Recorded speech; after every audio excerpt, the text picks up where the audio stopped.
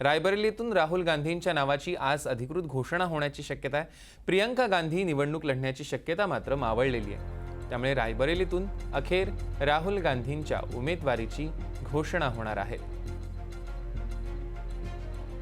दरम्यान प्रियंका गांधी अमेठीतून लढणार नाहीत।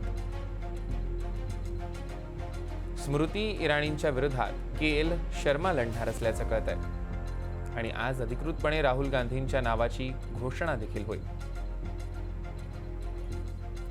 सागर कुलकर्णी आपले प्रतिनिधी आपल्या सोबत जोडले गेले, त्यांच्याकडून अधिकचे अपडेट्स घेऊया। सागर, आपण बघतोय प्रियंका गांधी अमेठीतनं लढणार नाहीत असं कळतंय। कुठेतरी गांधी घराण्याचा पारंपरिक मतदारसंघ होता, मात्र आता त्या लढणार नाहीत असं कळतंय। काय अपडेट्स?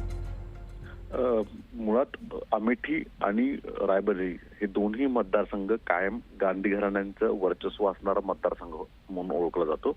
मात्र मागील लोकसभा निवडणुकीमध्ये राहुल गांधी यांना पराभव स्वीकारावा लागला, तर दुसरीकडे सोनिया गांधी यांनी प्रकृतीचं कारण देत राज्यसभेवर गेलेले आहेत।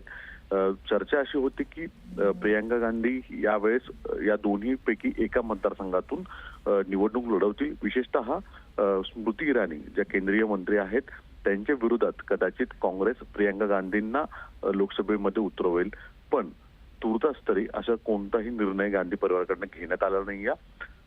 राहुल गांधींनी मात्र रायबरेलीतून उमेदवारी अर्ज आज दाखल करतील।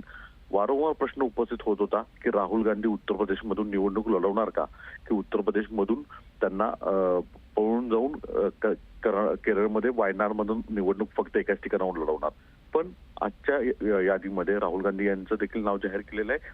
आज दुपारपर्यंत राहुल गांधी याबाबतचा अर्ज दाखल देखील करणार आहेत। उत्तर प्रदेशच्या राजकारणामध्ये काँग्रेस घराण्यांकडनं लोकसभेत उतरवण्याचा प्रयत्न मुद्दामून केला गेलेला आहे, कारण की एक राजकीय मेसेज देण्याचा प्रयत्न सुद्धा या माध्यमातून केला जातोय। निश्चितच सागर, या संदर्भातले अधिकचे अपडेट्स आम्ही तुमच्याकडून घेणार आहोत। तुर्तास धन्यवाद।